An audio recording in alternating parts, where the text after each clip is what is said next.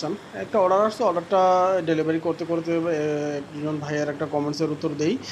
ভাই বলছেন আমার কার লাইসেন্স আছে, বড় ভাই আবুধাবি আছি, আমি তালাবাতে কাজ করতে চাইলে কী রকম প্রসেস করতে হবে?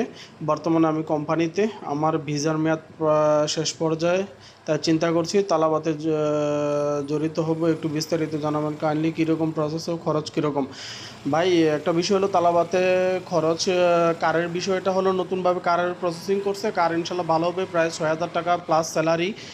6,000 টাকা প্লাস মানে 2 লক্ষ টাকা প্লাস স্যালারি, কিন্তু বুঝছেন আপনার তারপরে হয়তো বা গাড়ি নিজের হতে পারে।